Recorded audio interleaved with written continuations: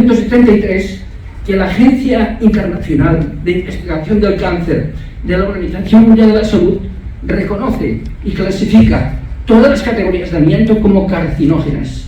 Es decir, eso lo sabían todos los médicos de empresa de astilleros, lo sabían todos los directivos de astilleros y lo sabían todos los gobiernos, y todos los institutos de higiene y seguridad del trabajo sabían perfectamente esto, porque esto no eran datos ocultos, esto no eran datos custodiados por ningún CNI, estos eran datos publicados que cuando yo estudiaba medicina ya me habían enseñado. ¿Vale? Pasa al siguiente. En España, ¿qué ocurría en España mientras en estas evidencias científicas procedían todas ellas prácticamente del extranjero, sobre todo del Reino Unido y de Estados Unidos? Ellos habían iniciado antes que nadie la epidemia de enfermedades con el amianto, ¿vale? En España se sabía poco, pero sí sabían cosas, pero entre que estábamos sometidos a un régimen dictatorial con sindicatos prohibidos y que en general la clase médico-sanitaria de nuestro país no tuvo excesivo interés y los que lo tuvieron no fueron escuchados, el tema de las enfermedades relacionadas con el amianto pasó prácticamente desapercibido. Y las observaciones puntuales que se hicieron no tuvieron casi nunca impactos normativos. Los impactos normativos en España solían venir por impactos que procedían desde el extranjero y que tenían que ponerse en, digamos, en solfa de acuerdo con legislaciones europeas. De hecho, aunque el primer cuadro de enfermedades profesionales, como ha dicho Pepe, fue el reconocimiento del cáncer de pulmón y mesotelioma fue en el año 61, no, asbestosis fue en el año 61. En el 78 ya se incorpora el cáncer de pulmón y el mesotelioma maligno de pleura. Pero esos impactos normativos eran nulos desde la perspectiva de la exposición. Es decir, la gente se reconocía que existía una enfermedad profesional, pero en los puestos de trabajo no había controles, no había vigilancia, no había registros, no había registros.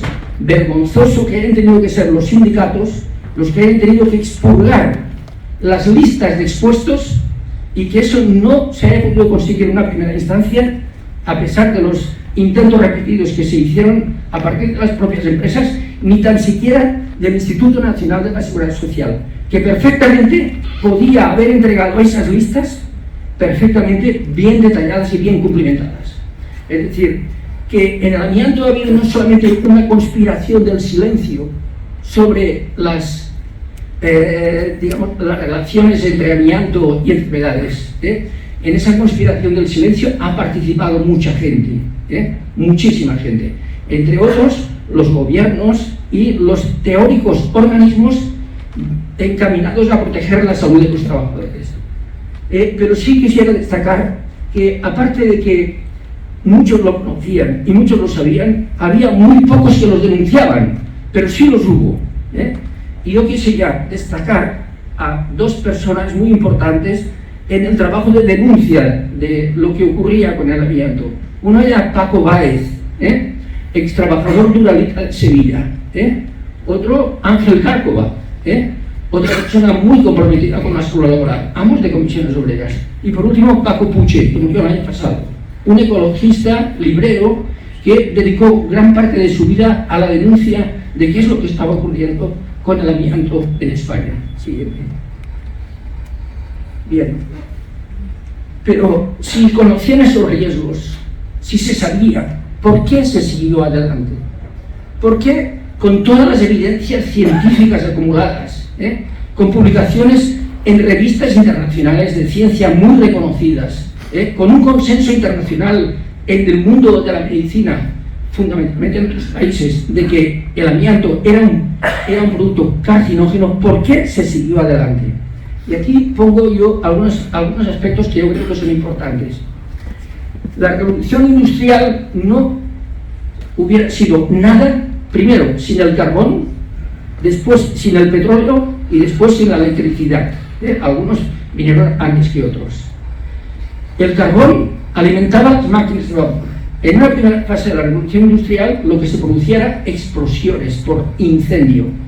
La revolución industrial tenía un problema serio, porque los combustibles que la alimentaban tenían riesgos de incendio, ¿de acuerdo? Y para echar mano y para tapar ese problema de las máquinas que explotaban o que se incendiaban, o los conductos de electricidad que producían incendios, el amianto salió al rescate, porque reunía todas las características que permitieron que la revolución industrial siguiera adelante. Sin amianto no se hubiera producido la revolución industrial. Por otra parte, la construcción de viviendas e infraestructuras dispuso del fibrocemento como un elemento clave para el desarrollo de cantidad de viviendas y de infraestructuras de todo tipo. Ahí tenemos una cierta ventaja, porque al incorporarse España con retraso a la revolución industrial, España no ha sido el país europeo más afectado como consecuencia de la exposición al amianto. En definitiva, el amianto encaja en la filosofía de un modelo, que es el modelo de desarrollo que nosotros tenemos, y del que ahora, por ejemplo, en términos de cambio climático, estamos empezando a pagar por el uso de los combustibles fósiles y la quema de combustibles fósiles que se almacenan en la atmósfera en CO2, y que en el caso del amianto se ha almacenado en los pulmones de miles de millones de trabajadores, ¿vale? Un modelo que lo que busca es la obtención del beneficio económico, pase lo que pase, pasando por encima de las evidencias científicas, como así ha ocurrido en España y en muchísimos países. Esto separa cuando las exigencias de responsabilidades, las indemnizaciones que tienen que pagar las empresas, las luchas sindicales, obligan a las empresas a decir: no podemos seguir utilizando el amianto. El amianto deja de utilizarse no porque a ellos no les interesara, sino porque llega un momento que el coste-beneficio de seguir utilizando el amianto no les compensaba. Pasa al siguiente. Bien. Esto, bueno, pero claro, es una cosa muy importante. Esto es muy, muy importante para mí. Es decir, el amianto, al fin y al cabo, es un mineral. Es un mineral que estaba enterrado en minas, y ahí llevaba millones de años, ¿de acuerdo? El problema del amianto no se manifestó mientras el amianto estuvo en el suelo enterrado, ¿vale? El problema del amianto se manifestó cuando se sacó para un uso determinado, ¿vale? Al igual que el carbón, el petróleo y el gas había permanecido enterrado millones de años, ¿vale? Pero aparte del amianto, ¿qué se necesitaba? El amianto por sí solo no iba a conseguir aportar los beneficios que las empresas o que la revolución industrial precisaba, porque para el amianto, además del amianto, se precisaba esto: se precisaban trabajadores, los trabajadores que lo extraían, los mineros, los que lo cargaban y lo empacaban, ¿vale? Los que los descargaban de los barcos. En Cádiz veremos que por el puerto de Cádiz pasaron casi 300.000 toneladas de amianto, fueron descargadas por los estibadores del puerto de Cádiz. Yo fui a algún juicio de algunos de los estibadores del puerto de Cádiz afectados por enfermedades. Y luego los que los manipularon, miles de trabajadores, para fabricar placas, tuberías, cordones, etcétera, etcétera. Luego los que lo instalaban en los barcos, y luego los que lo reponían o retiraban. Un mineral que, en definitiva, ni piensa, ni planifica, ni invierte, ni legisla, ni juzga. El amianto no se convirtió en el asesino hasta que, pasa la siguiente, aparecieron estos, los victimarios, hasta que determinadas personas vieron que había una posibilidad de negocio brutal con el amianto. De hecho, se hicieron multimillonarios. Aquí he puesto uno de los tres protagonistas más importantes de este tema. Juan Marc, que compra en 1943 Uralita, ¿vale? Stefan Smidny, un suizo propietario de Ternit, una de las principales compañías multinacionales de amianto, y el barón Louis de Cartier, un belga que era el propietario de la rama belga de Ternit. Por cierto, os sonará Cartier como los artículos de lujo, ¿vale? Pero que en los últimos años, algunos antes, no se sabe muy bien si para lavarse mala conciencia han montado fundaciones, digamos, de tipo filantrópico, ¿no? La Fundación Juan Marc, a lo mejor algunos conocéis si habéis ido a Madrid, que se dedica a promover el arte, la cultura, etcétera, etcétera. Stephen Smedley, que después de un juicio tremendo al que se vio sometido, es el único hombre que se le sentó en un banquillo en Turín, en Italia, para hacer frente a las responsabilidades de más de 2.800 muertes en personas expuestas en una ciudad de Italia que se llama Casale Monferrato, ¿vale?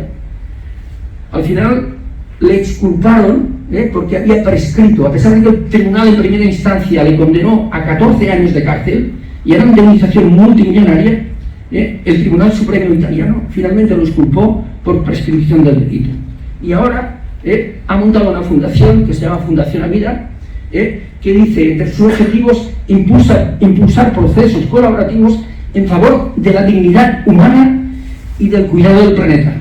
No se puede, digamos, soportar tanto cinismo como el de personajes como esta gente, ¿vale? Que son responsables de la muerte de cientos de miles de personas, y que lo único que les unía es eso que aparece ahí en medio en el triángulo, que es el dinero. Siguiente. Bien, pasa a la siguiente. Bien, esto es un detalle, algo comentado Pepe, que tiene que ver con las importaciones de amianto en España. En España en el siglo XX se importaron 2,6 millones de toneladas de amianto. 2,6 millones de toneladas de amianto. En Inglaterra fue 6 veces más, ¿vale? Y ahí tiene esta gráfica, lo que se ve, cada barra corresponde a lo que se ha importado año a año, desde 1900 hasta el año 2000. Veis que el pico de la barra corresponde más o menos a la mitad de los años 70, ¿vale? Es decir, corresponde básicamente la importación del amianto y el uso del amianto a la etapa de que nosotros llamamos el desarrollismo, cuando hubo el boom del desarrollo en España, y que una parte de ese amianto importado fue a parar a los astilleros. Entre los años 65 y 88, en el puerto de Cádiz se descargaron casi 270.000 toneladas de amianto. La mayoría de ellas fueron a parar a los astilleros de la bahía de Cádiz, coincidiendo con el boom de la construcción naval. ¿Vale? Sí. Gracias. Siguiente. Bueno, perdona, vete para atrás, sí. Porque es que aquí hay un detalle pequeñito, que es, si veis la flecha roja ahí en el extremo inferior derecho, la gráfica verde son las importaciones en el Reino Unido, ¿vale? Veis que el Reino Unido importó muchísimo más y antes que España, ¿vale? La gráfica verde lo que nos dice es que antes los ingleses importaron amianto mucho antes y muchos más. Pero fijaros la última parte, lo quitaron antes que nadie. Mientras en Inglaterra en el año 2000 se importaron 1.200 toneladas de amianto, en España importamos 25.000 toneladas, ¿vale? Es decir, mientras en Inglaterra estaban marcha atrás en el uso del amianto, aquí todavía nos estábamos resistiendo a quitar el amianto de los barcos, del fibrocemento, etcétera, etcétera. Siguiente. Bien, esto es una curva que, bueno, tiene que ver más con el trabajo mío como epidemiólogo. Es decir, aquí vemos dos gráficas, dos curvas, como dos montañas, ¿no? La primera montaña corresponde a la curva de las importaciones, ¿vale? Hay un pico a mitad de los 70 y la otra curva que solamente acaba ahí, no se completa, ¿vale? Que hay unos puntos negros, los veis, ¿vale? Que corresponde a las muertes por cáncer de pleura, ¿vale? ¿De acuerdo? Esto es un trabajo que se hizo en el año 2013 para estimar las muertes que iba a ocurrir en España por el amianto, ¿de acuerdo? Ahí hay unos puntos rojos al final, arriba del todo, que son los puntos que marcan las muertes que ha habido después de 2013, porque, bueno, estas estimaciones se hacían hasta 2010, ¿de acuerdo? y se hacían estimaciones hasta 2011-2020. Lo que se ve en la gráfica es dos cosas. Primero, la distancia que hay entre los dos picos de esas dos montañas pone 36 años. Es decir, que más o menos es el periodo de tiempo que pasa entre el tiempo de exposición y el tiempo de aparición, en este caso de la mortalidad por cáncer de pleura. Es el tumor que tiene un periodo de latencia más largo, 36-40 años, ¿vale? Eso dificulta mucho las defensas de los trabajadores, etcétera, etcétera, las reclamaciones, porque suelen ocurrir la mayoría de los casos cuando los trabajadores están jubilados, ¿vale? Bien, pero lo que sí aparece es que esos puntos rojos que aparecen arriba del todo de la segunda curva, lo que nos indican es que las estimaciones se quedaron cortas, Es decir, hay más muertes de las que se predijeron, ¿vale? Y lo que nos indican, de acuerdo con las curvas de importación, es que el problema de las muertes por amianto se prolongará hasta el año 2040 y 2050. Es decir, que este no es un problema que ha acabado, es un problema que va a ir a menos, pero que va a persistir. Y entre otras cosas va a persistir por los cientos de miles de toneladas de amianto que están en tejados y en tuberías, ¿vale? Y esto nos indica que no es un problema que tengamos que decir, bueno, pues esto ya se ha acabado, aquí no pasa nada y, bueno, a otra cosa mariposa, ¿no? Vamos a pasar al siguiente. Bien. Estos son las fuentes de exposición, algunas ya las ha comentado. El sector naval ha sido el más importante. Ha comentado también el tema de los barcos de guerra, y ha comentado una cosa que yo también creo que es importante destacar. La Armada ha llegado a acuerdos que ponen de manifiesto que cuando hay voluntad de llegar a acuerdos indemnizatorios, se consiguen. Es decir, la Armada ha cocinado el tema de puertas para adentro, ¿vale? En cambio, los trabajadores de la industria civil siguen condenados al calvario de los caminos y de las vías judiciales, ¿vale? Esto, bienvenido sea para los trabajadores de la Armada, pero esto es otro elemento de injusticia más hacia las víctimas del amianto, ¿no? Como hay dos varas de medir, ¿no? Bueno, pasa al siguiente, veis que, bueno, pues hay muchas fuentes de exposición. Este es un mapa donde se observa la distribución de los lugares donde ha habido más mortalidad por cáncer de pleura en España. Y aquí hay el detalle de la provincia de Cádiz, ¿vale? Hay una correspondencia casi del 100% entre esas manchas y las industrias del amianto. Donde hay manchas rojas, o había astilleros, o había industria ferroviaria, o había industria de fibrocemento, ¿de acuerdo? O industria textil, o había fábricas Duralita, y alrededor vivía gente, ¿de acuerdo? En el caso de aquí vemos que los municipios más afectados, como no podía ser de otra manera, pero que nuestros datos confirman, esto ya no es opinión, estos son datos, Cádiz, San Fernando y Puerto Real, La Línea y San Roque, porque en La Línea también hubo un astillero, Trinavís, ¿de acuerdo? Y San Roque, la exposición al amianto era del polígono petroquímico, forrado de amianto hasta arriba.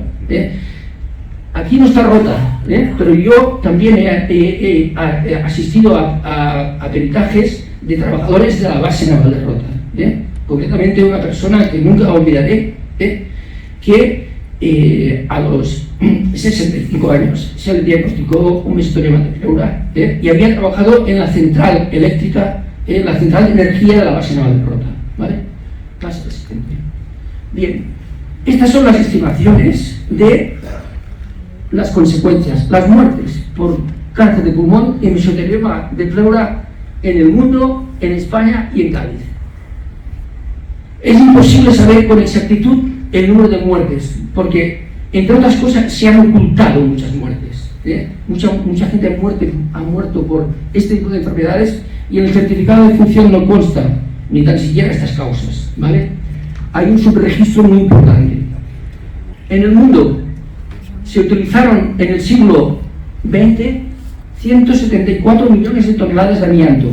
Se ha hecho una estimación de que por cada 170 toneladas de amianto utilizadas se desarrolla un caso de mesotelioma, y por cada 3 o 6 casos de cáncer de pulmón, por cada caso de mesotelioma, ¿vale? A partir de ahí, pues hacemos una serie de cálculos y lo que vamos, pues bueno, pues es, en el caso del mundo, millones de muertes. En el caso de España, las muertes que se prevén de mesotelioma maligno, 15.000 hasta el año 2040-50, de 45.000 a 91.000 hasta el año 2040-2050, es decir, desde que ha empezado la pandemia, no desde ahora hasta el año 40, es decir, aquí habría que restarle esta cifra a los que ya han habido, ¿vale? En el caso de la provincia de Cádiz, pues andaríamos por los 1.600, y casos de cáncer de pulmón entre 4.700 y 9.500. Y os aseguro que estas son cifras conservadoras, es decir, podríamos ir más arriba de estas cifras. Pasa a la siguiente. Bien, muy importante. ¿Qué se hizo para el control de la exposición? Bueno, Pepe ha hecho un repaso de todas las legislaciones, etcétera, etcétera. Yo me quiero detener solamente en esto. Los protagonistas de esta historia han sido estos grandes elementos: las administraciones, los gobiernos, las empresas del Poder Judicial, el sistema sanitario, por otro lado, y en la parte de abajo los sindicatos de clase y las asociaciones de afectados. En este cuadrado más grande, donde se sitúan gobiernos, empresas y Poder Judicial, a mí, para resumir muy brevemente, lo que se me ocurre decir es complicidades y encubrimientos, que es lo que yo he observado a lo largo de mi vida profesional, a la que yo he dedicado casi 30 años en esta temática. Y en el sistema sanitario, pues ha habido de todo. Ha habido médicos que han estado más o menos concienciados sobre ese tema y otros que se han ido concienciando a posteriori, ¿vale? Y por último, pues bueno, lo que para mí ha sido más relevante, es decir, lo que se ha podido avanzar ha sido por la presión de los sindicatos de clase y las asociaciones de afectados y familiares. Siguiente. Bien, otro elemento muy importante es el problema de las enfermedades profesionales que algo ha comentado Pepe. España, en este punto, ha sido la auténtica vergüenza europea. En esta gráfica se ven unas barras. La barra más pequeñita que se ve ahí es España, ¿vale? Es decir, son demandas de enfermedades profesionales y reconocidas por 100.000 asegurados en el año 2011. España se sitúa en la cola de Europa a ese nivel, ¿vale? Solo el 9% de los hombres que fallecieron entre 2007 y 2017 por mesotelioma maligno de pleura debido a la exposición al amianto les fue reconocido como enfermedad profesional. Un 10%. Es absolutamente vergonzoso, ¿vale? El infrarregistro es brutal, es casi del 99%. Es decir, muchas enfermedades profesionales no terminan siendo porque ni tan siquiera se registran. Siguiente. Por eso es muy importante lo que has dicho tú, de acudir a los controles de los dispositivos que actualmente existen para los expuestos postocupacionales, porque ahí sí te dan un documento de exposición y de sospecha diagnóstica, porque a muchos de los juicios a los que yo acudía ese documento no existía y costaba mucho probar, ¿de acuerdo?, que esa enfermedad tenía que ver con esa exposición, ¿vale? Bien, el fondo de compensación también ha dicho algo, lo has dicho prácticamente todo, es una ventana de esperanza. El futuro del fondo, seguir luchando, porque ya veis que no queda otra, ¿vale? Pasa a la siguiente, pero sí me quería detener con una cosa, porque aunque las comparaciones son odiosas, a veces hay que hacerlas. Y quiero hablar del fondo francés. El fondo francés se aprobó en el año 2001. Aprobó, consta, es financiado por fondos públicos. Desde el año 2000 al 2020, el fondo francés ha aportado 6.428 millones de euros, 6.428 millones de euros, repito, 6.428 millones de euros para compensar a las familias de afectados y a los propios afectados. Actualmente están gastando alrededor de 300 millones de euros al año para las personas afectadas, tengan o no reconocida como enfermedad profesional.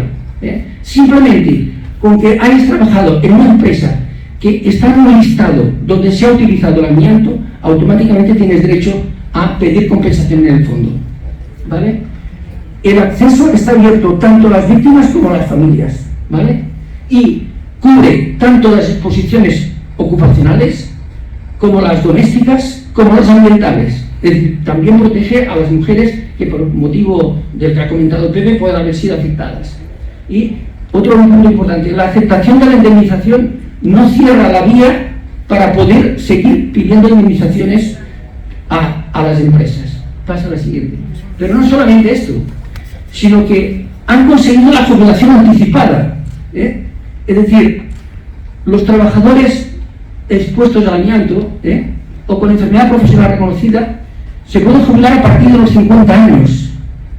Y si no tienen la enfermedad profesional reconocida, pero sí han trabajado en una empresa que está en un listado de exposición, por cada 3 años de trabajo en esta empresa, 1 año de adelanto en la edad de jubilación.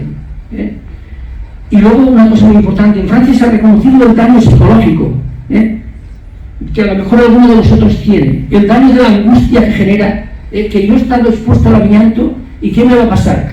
¿De acuerdo?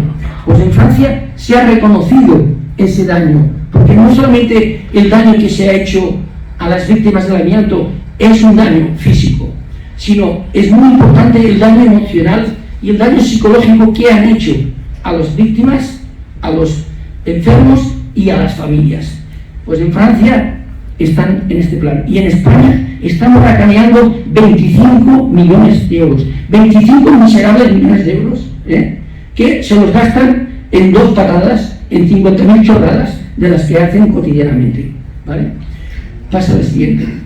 Bien, con eso quería acabar con una frase de una abuela de 83 años que en su familia tuvo 5 familiares muertos por enfermedades de amianto. Romana Blasotti Pavesi, presidenta de la Asociación de Víctimas de Amianto de Casale y Monferrato, una ciudad donde la gente ahí enfermó no solamente por el trabajo, era una fábrica de fibrocemento, sino por toda la gente que vivía en el pueblo que se contaminó de las fibras que respiraban. Esa mujer dice, la verdad ya la tenemos, ahora queremos la justicia. Muchas gracias.